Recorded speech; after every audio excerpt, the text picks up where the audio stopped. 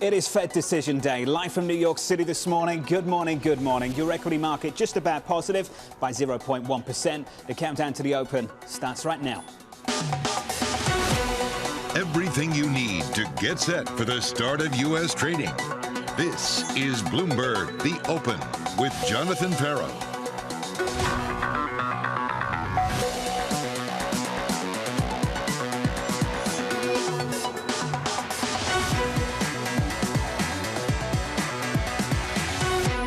Live from New York, coming up, the Federal Reserve gearing up for a pause. As inflation data shows signs of improvement, equity markets rallying to new highs for the year.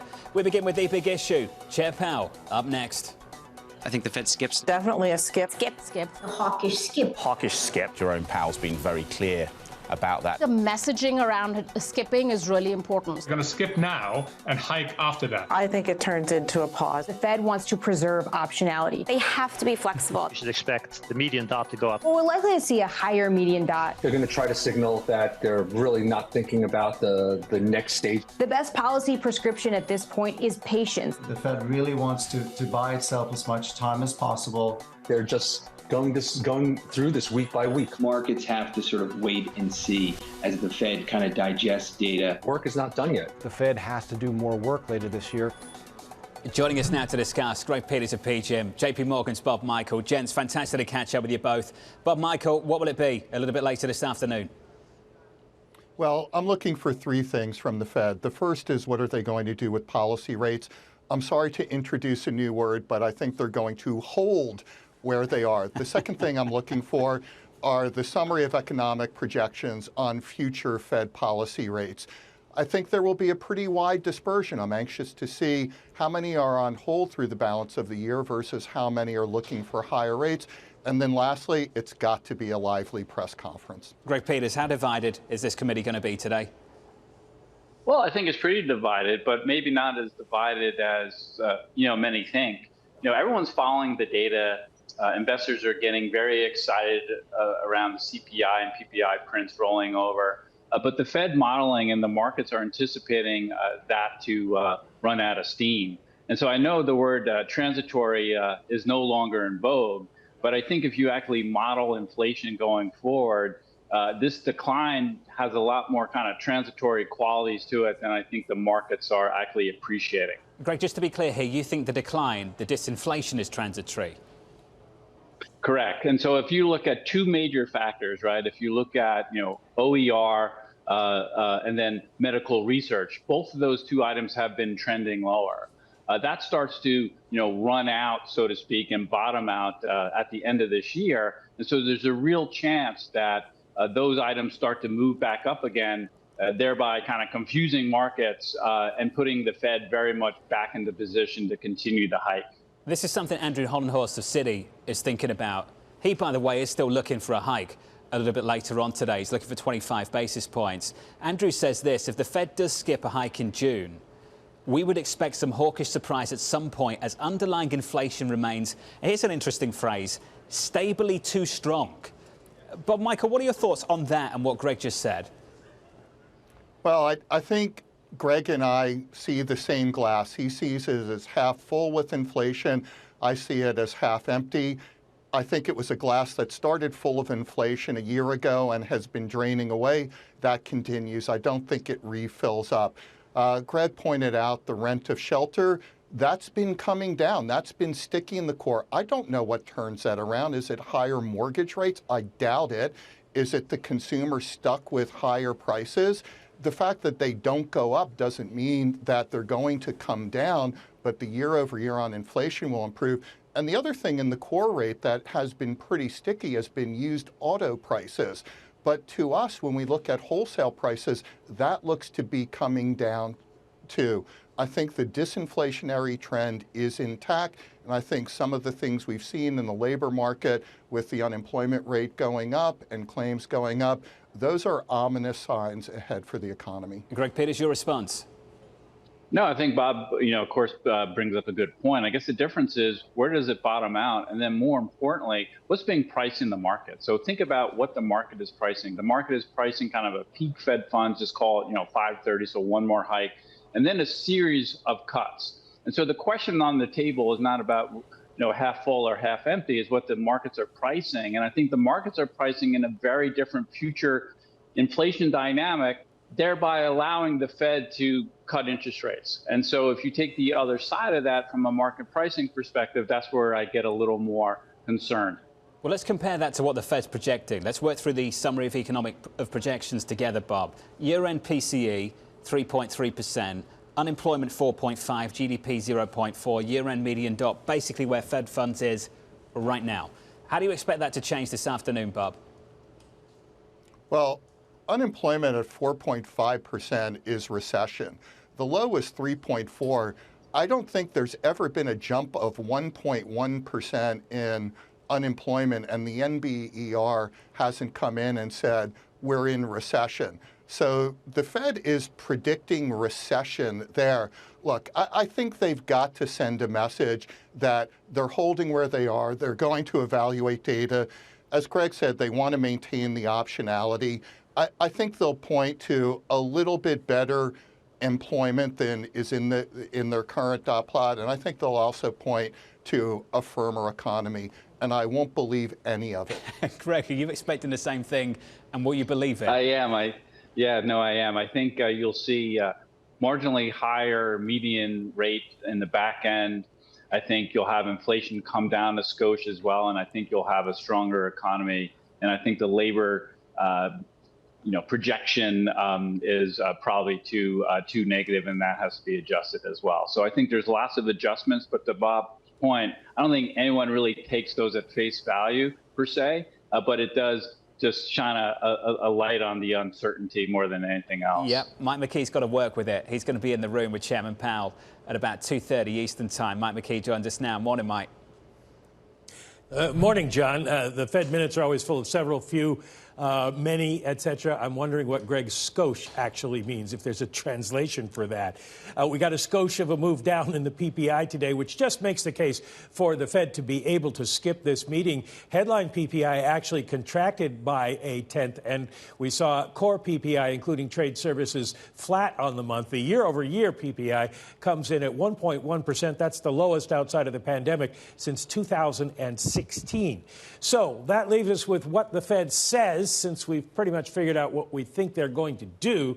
And the first thing that people are going to look at is the statement to see if they are pledging anything for July. The feeling is they could leave this. I won't read the whole thing here, but basically they're saying the committee will take into account the cumulative tightening of policy, etc., in determining the extent to which additional policy firming may be appropriate. And that may be considered a hint enough. If they go any farther, then maybe they lose a little bit of flexibility. But that's the first thing everybody's going to look at today. The second thing that everybody's going to look at today, of course, is the dot plot. Remember, we've talked about this a lot, that even though we're at the median dot now, 7 members of the Open Market Committee had said that they thought the median dot should be higher, that the Fed should be higher. So we'll see what changes in that. That could be the signal in itself if we see a number of dots move up and the median becomes, say, 5.5 instead of 5.25. So a lot to look at. And, of course, as always on Fed Day, I'm waiting for Bob Michael's question. Well, Bob Michael, it's over to you. Well, I think, Mike, if you go last, you got to ask the question that we're all wondering about. What do their models tell them on just how much tightening and for how long is needed to drain a couple years of infinite free money from the system? I don't think you'll get away with it. So I think you got to go back to one of the things you touched on, which is they talk about long and variable. They've conditioned us for that. We do think they're going to be on hold. So how do they weigh the risk rewards of having to do additional tightening versus just leaving the rate at where it is for longer? Mike? I will put those on my list. I thought Bob was going to say, when he said if I go last, I should ask about the Grateful Dead. Or Dead and Company, and Jay Powell's attendance at the concert the other night. I'm sure somebody probably will. Wasn't there an amazing story behind that, Mike? Didn't the drummer used to know his sister at high school, or something like that? There's a connection there something to the like family. That. And Powell is a guitar player, so he and Rich Clarida used to get together and do some concerts at the Fed building. Mike McKee, something I'd rather give a miss. Mike McKee, Thank you very much on the Federal Reserve. Greg Peters for the news conference for you a little bit later. Chairman Mike Powell might have to deal with some dissent a little bit later, and I cannot believe this, that we haven't had dissent from a Fed governor since 2005. Greg, is there too much groupthink over at the Federal Reserve? Well, I think that's always been the case to a large degree. I personally don't think dissent is such a bad thing. I mean, beating folks into submission, isn't a committee by nature. I think the cross currents and the long and variable lag debate, all these things should come into play here. So I actually think a dissent and wider distribution of outcomes by the committee members is a sign of health, not the opposite. So that type of worry doesn't really bother me too much, I would say. We've got to take this convo and push it through the market, so let's get that conversation started. It's overdue. Bob, you had penciled in a cut in September. So two-part question. One, do you still have that penciled in? And two, let's talk about the cash trap. What do you say to people who have been sat in money market funds all year? What should they do? So let me start by saying our forecast is still for a recession by year end. And we use Bruce Kasman's JP Morgan models a lot, and the modal outcome is still pointing to recession by year end. We have never gone from the last rate hike to recession without the Fed cutting rates before then. So you have never gone into recession, then they started to cut rates. So if everything we're seeing is still telling us recession by year end, then yeah, I'm still sticking with September as the first rate cut. Yeah, I'm getting a little queasy about it, but I think it's still on the table. In terms of the cash trap, that's the conversation we're having with clients. We've had a fairly significant backup in yields. Forget about the Treasury curve. Just look at the aggregate bond market. Back in March, you were buying it close to a 4% yield. Now you're buying it closer to a 5% yield. That's a pretty good value to us. And I know you can get a little bit higher in cash, quarter, maybe 0.5% more in cash. But if we're right, and we've seen the last Fed rate hike, and the market starts pricing in rate cuts, and they start cutting rates, then those cash returns will start to evaporate, and you'll have locked in not only the carry, but you'll get some capital appreciation from your bond portfolios.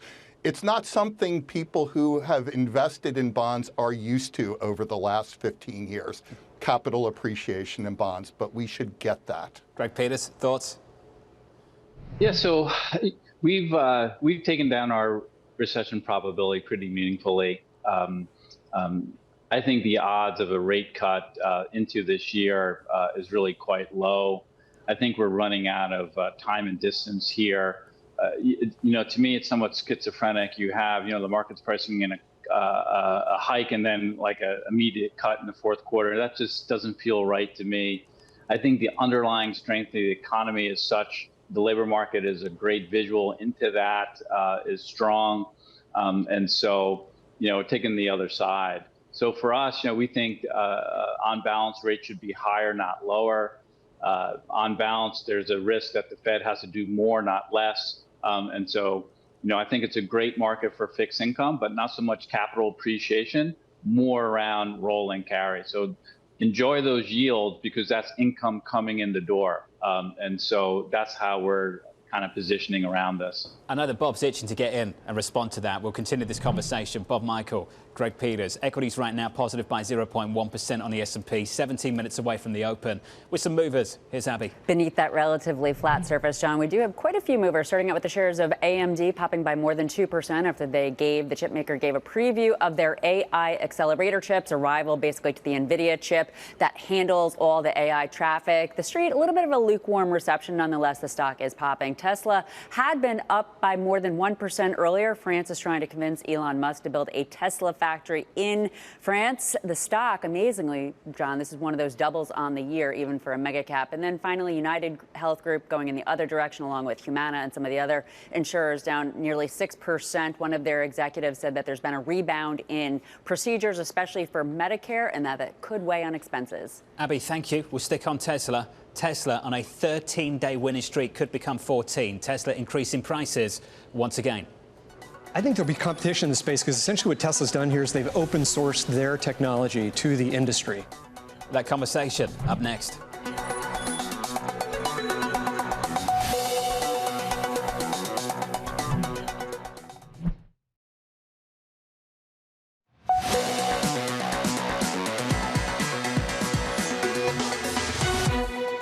I think there'll be competition in the space because essentially what Tesla's done here is they've open sourced their technology to the industry. There are 40,000 fast chargers in the US.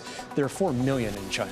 It just gives you a sense of the growth that we're going to see here as we convert from gas cars to electric cars. For the third time in the past 2 months, Tesla increasing the starting price of its Model Y sports utility vehicle. Tesla stock on a record 13-day winning streak. Dan Ives of Wedbush writing, the sum of the parts story for Tesla now further comes into play with its supercharger network, energy business, AI-driven autonomous path, unmatched battery ecosystem, and increased production scale scope globally. In a nutshell, Musk and Tesla are playing chess. Other automakers are playing checkers. David Welch joins us now for more. David, let's just start on the theme here. Is there one? Prices down, then they're up. What's going on over at Tesla? Yeah, look, I think Tesla had an issue where inventory was building up a bit, had a lot of capacity coming online, so they had to lower prices to make sure they could sell all the cars that all these new plants could build.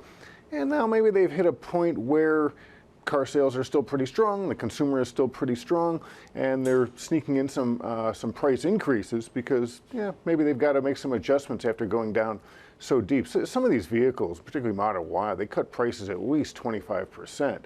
So they had some room maybe to go up. Maybe they went a little bit too far, and I think that's what we're seeing. David, is this unique to them, to that brand, to that group, or are we seeing this across the industry?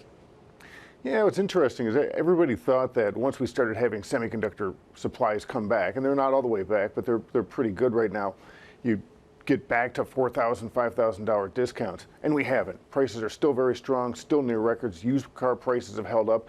Consumers need cars, and there's still a lot of demand out there. So I don't think you're seeing others sneak in price increases because they haven't done the discounting Tesla has, but they've been holding prices at very strong levels, and I think that's what's going on right now, too. Hey, David, thank you. David Welch there on the latest out of Detroit. That stock up again this morning. We could have day 14. Over the last 13 days, we've added $240 billion in market cap to Tesla. Just unreal. Greg Peters, Bob Michael back with us. Greg, you talked about inflation. Can we talk about consumer price tolerance? Just how much of that is out there still at the moment?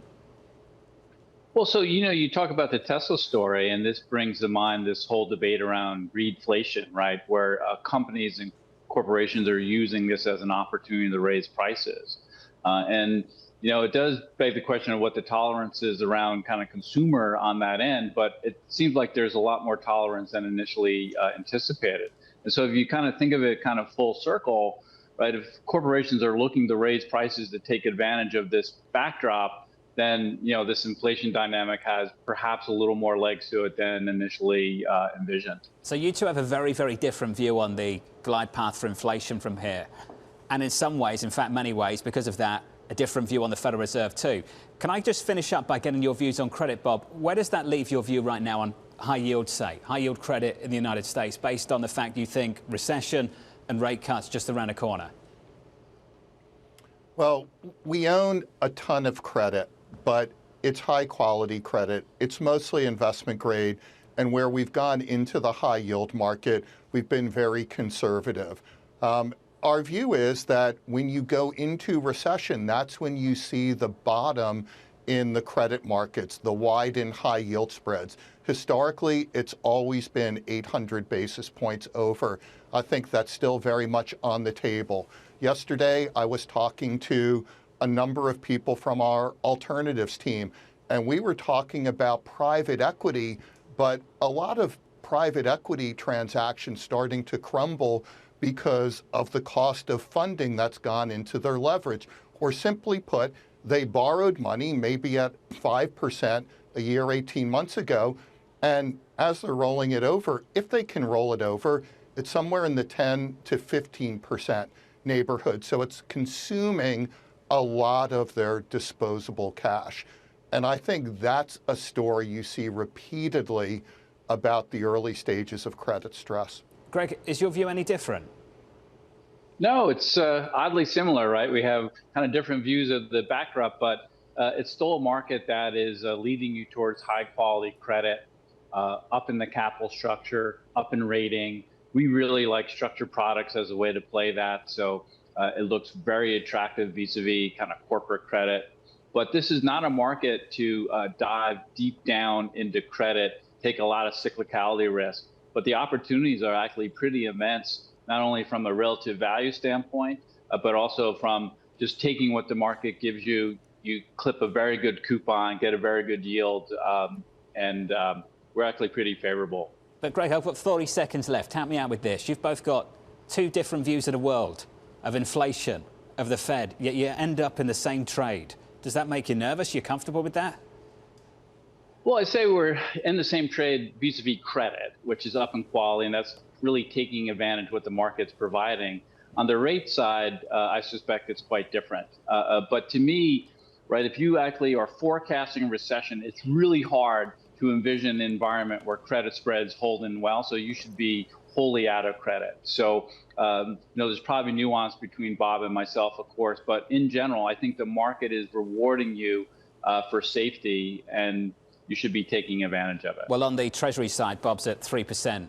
Twos all the way out to 30s and has been there for a number of months looking for that year end. So the two of you, thank you. Bob Michael, Greg Peters, just two of the very best in fixed income on the buy side, just working through some big issues. 7 minutes away from the opening bell in the United States. Equity futures just about positive. Coming up, the morning calls, and later, Victoria Fernandez across mark on why she's been adding to tech. That conversation just around the corner.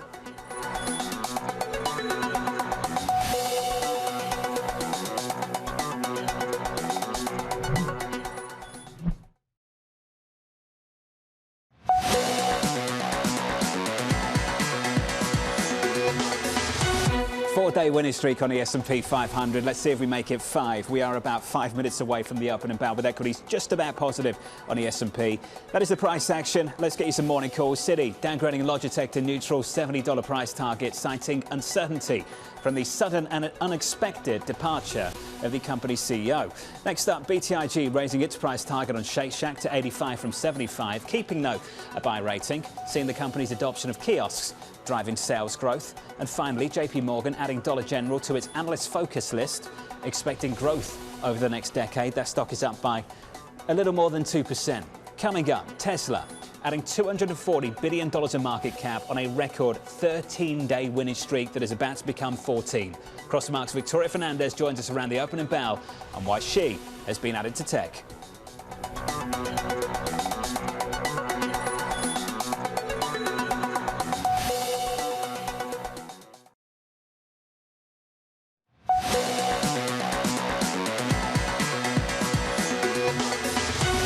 4-day winning streak on the S&P 500. Will it become 5? The fate of that perhaps in the hands of one-man Chairman Powell, and a news conference taking place a little bit later this afternoon. Equity futures unchanged on the S&P 500, slightly positive on the Nasdaq, slightly negative, and the Russell of small caps just about positive by 0.1%. There's the opening bell. Switch of the board and get to the bond market. Yields on quite a trip, quite a ride since the Fed last met in early May.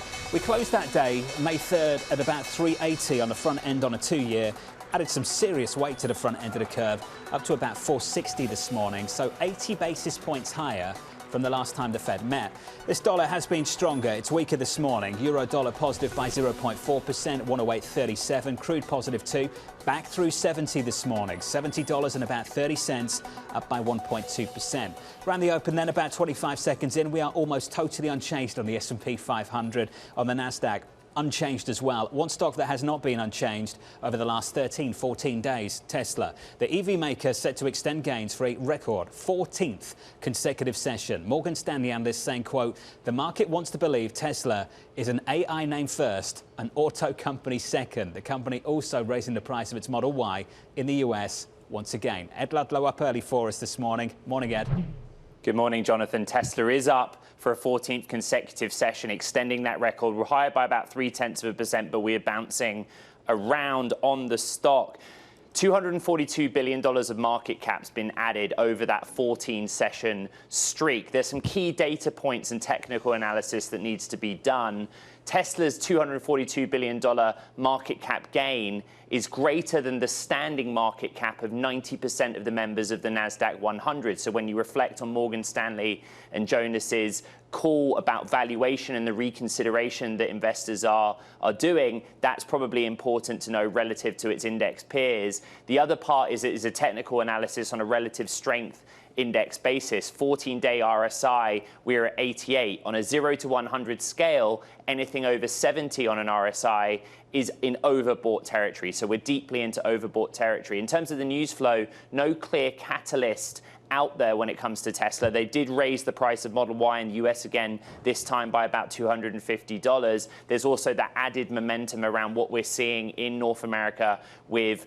GM and Ford, but also rival charging infrastructure players saying that they will add the NACS standard to their charging offering. How long does it keep going? Anybody's guess. Ed, I'd love your perspective as well. I was talking to David Welch about that price hike. It's $250.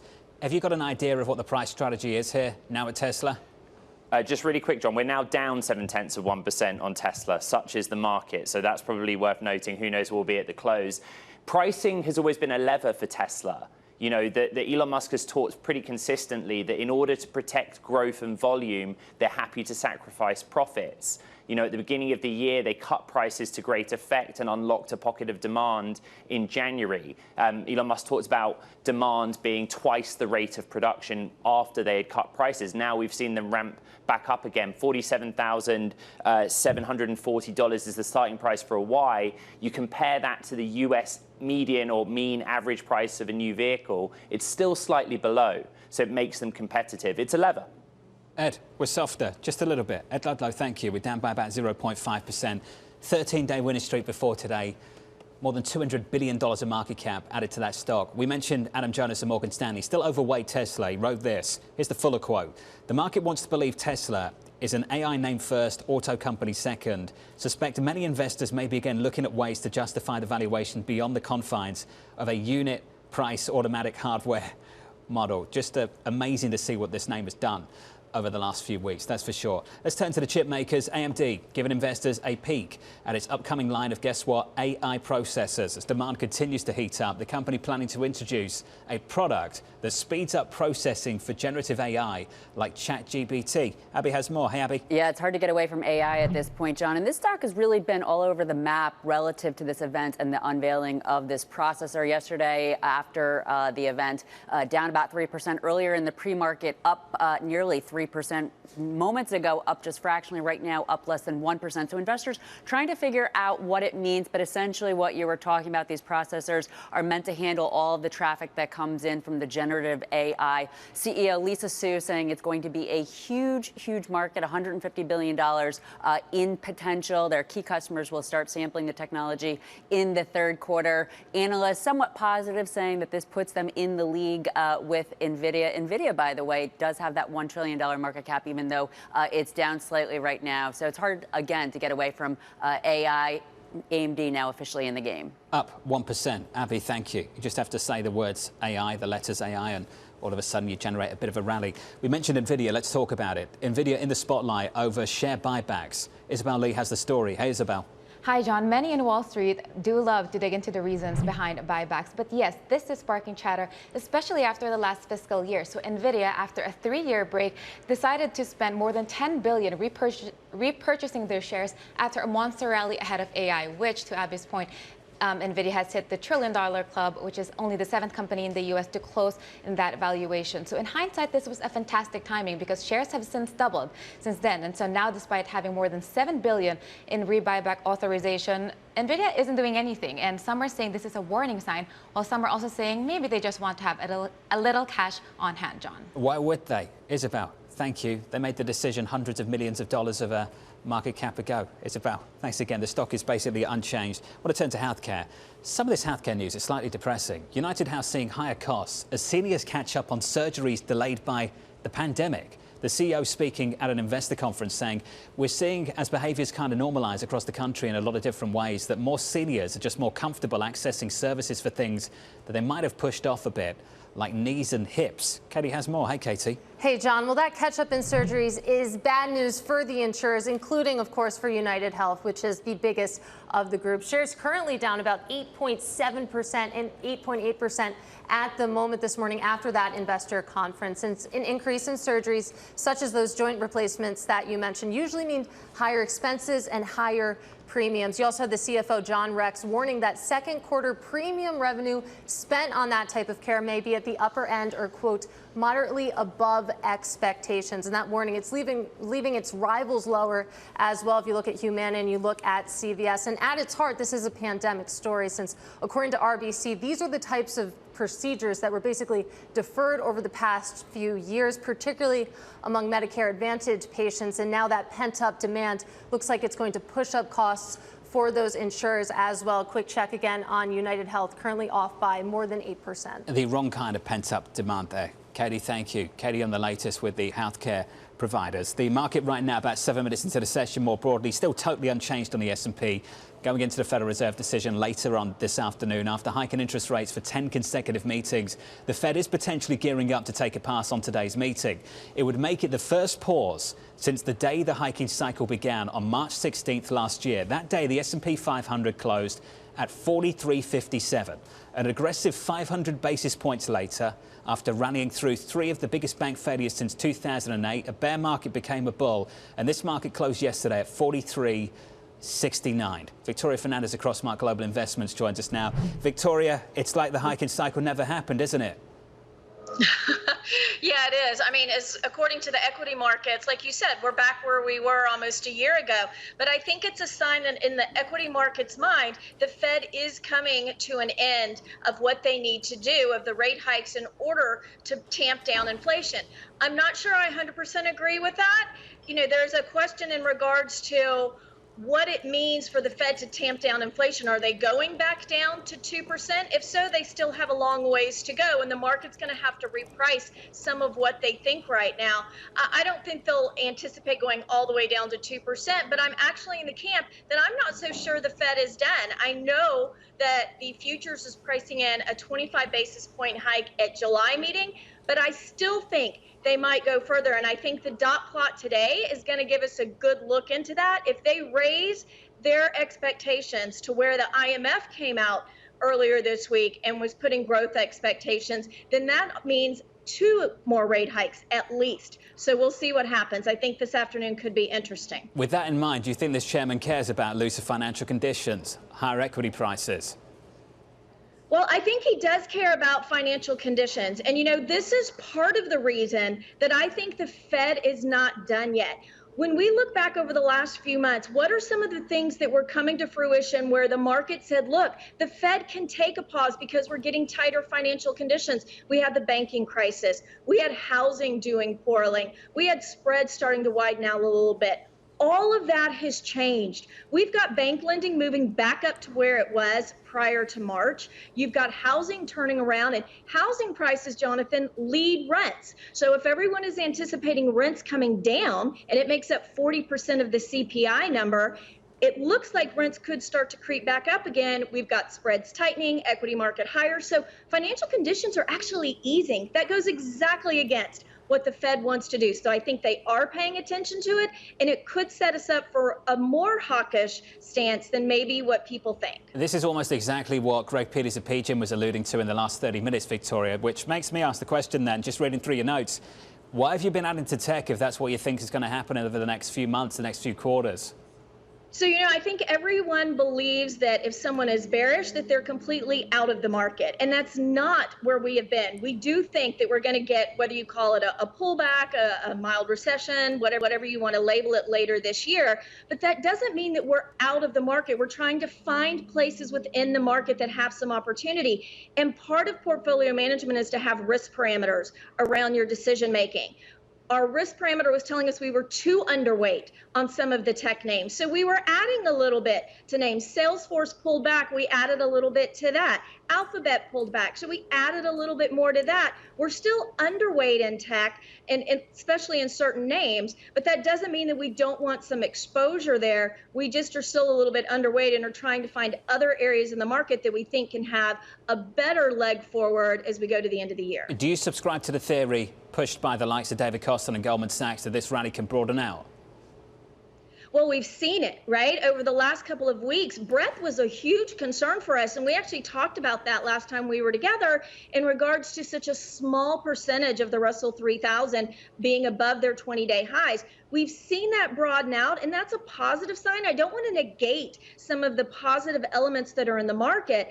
I just think it's not enough at this time when you still have 13 continual months of leading economic indicators coming down, 12 months of an inverted yield curve, still waiting for the effects of 500 basis points to work its way through the economy, wages staying higher, unit labor costs going higher. I just think you have to look at the whole picture.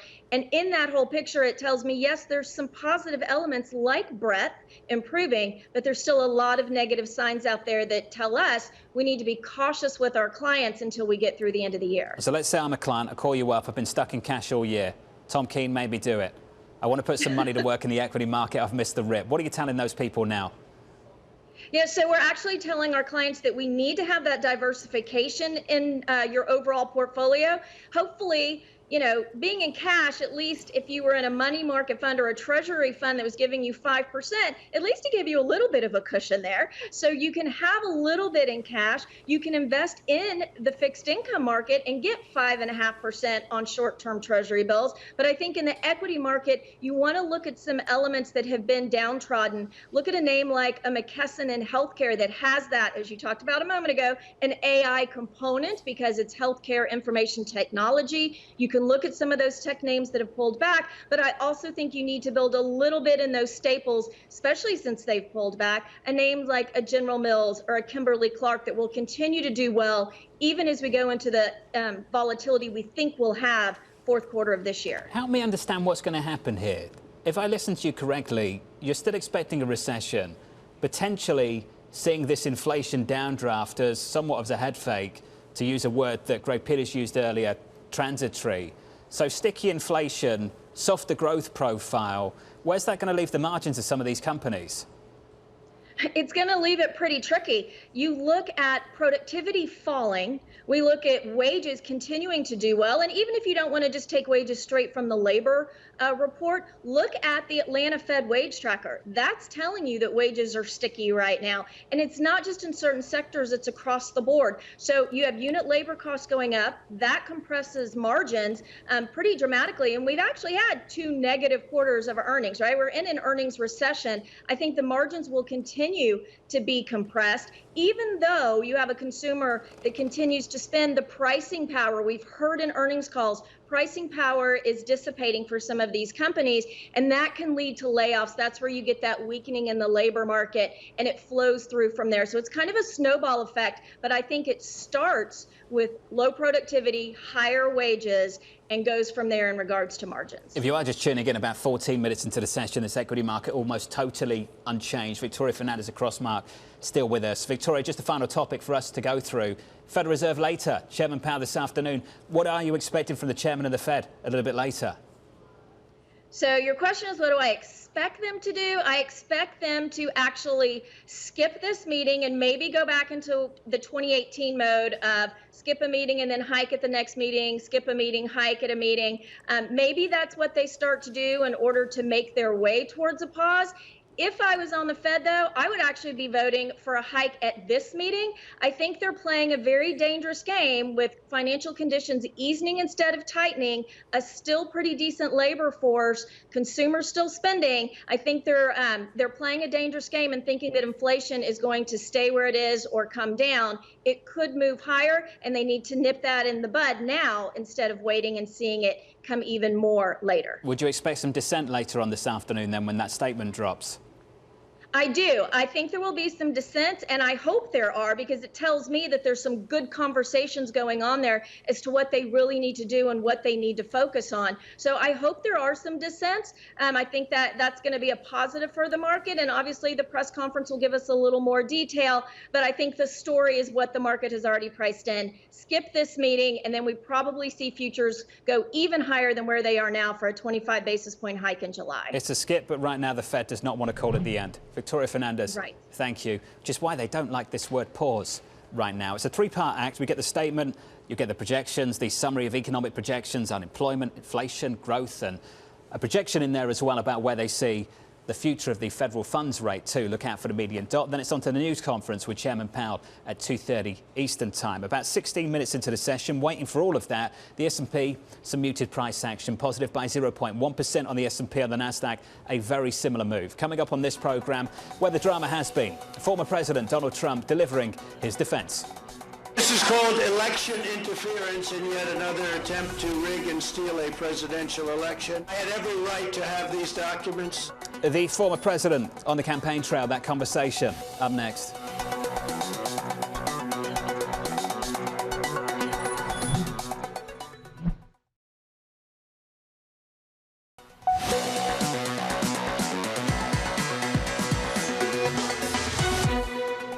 Today we witness the most evil and heinous abuse of power in the history of our country. This is called election interference in yet another attempt to rig and steal a presidential election. It's a political persecution like something straight out of a fascist or a communist nation. This day will go down in infamy, and Joe Biden will forever be remembered as not only the most corrupt president of the history of our country, but the president who, together with a band of his closest thugs, misfits, and Marxists, tried to destroy American democracy.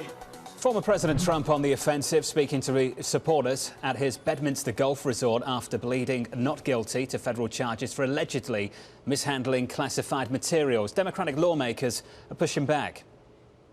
As we all know, in America, nobody is above the law, not even a former president. And I think that the American people, regardless of where they stand on Donald Trump, former President Trump, should allow the process to play out through the court system in a peaceful manner. Very serious issues. Joining us now is AMH down in Washington, D.C. Anne-Marie, quite a 24 hours. Yeah, it was. And Jonathan, we should note it's not just Democratic lawmakers that are pushing back. I have a list here. Senator Lisa Murkowski, Shelley Moore Caputo, Tim Scott also wants to be the candidate, though, for 2024. Pretty damning, serious charges, serious allegations. You can see the rhetoric is starting to ramp up, at least when it comes to the charges, although many also continue to say that they want to look at how they believe, at least from the Republican side, that they think the Department of Justice may be weaponized. When it comes to the former president, after he was arrested yesterday and he made this pit stop, which really felt like a campaign rally and then a speech, this was a little bit, Jonathan, of a window into his defense. He said these boxes were containing all types of personal belongings, many, many shirts, shoes, everything. I hadn't had a chance to go through all the boxes. It's a long, tedious job, takes a long time, which I was prepared to do, but I have a very busy life. I'm sure his legal counsel does not want him openly talking about the case, but potentially you can see the kind of rhetoric and the pushback the former president is going to have, because he is not just a former president that now is under indictment and arrested and has to face these federal charges. He is also campaigning to try to be the candidate for 2024. Anne-Marie, as you said, it feels like one big campaign. It's not. It's a court case. What's the timeline for it now? Well, we're still TBD, Jonathan. There's going to be a number of motions I imagine the Trump team is going to make to try to slow down the process. They want to have this be a long, drawn-out process. The former president, in terms of a lot of reporting out there, is still trying to boost up his legal team, especially trying to find a lawyer who has a specialty when it comes to national security concerns, given the number of accounts against him have to do with the Espionage Act. The one date to look forward to at the moment, Jonathan, is June 27th. And so far, that is the only date we know, and that is a hearing for his co-defendant, Walt Nauta, but not in terms of when we're going to see the next steps when it comes to the former president. AMH, thank you. on the latest. Let's get you the latest price action. About 23 minutes into the session, more broadly on the S&P, we're positive by 0.2% on the S&P 500. On the Nasdaq, we're up by 0.2% as well. The chairman of the Federal Reserve just around the corner. Your Fed decision just hours away. Your trading diary up next.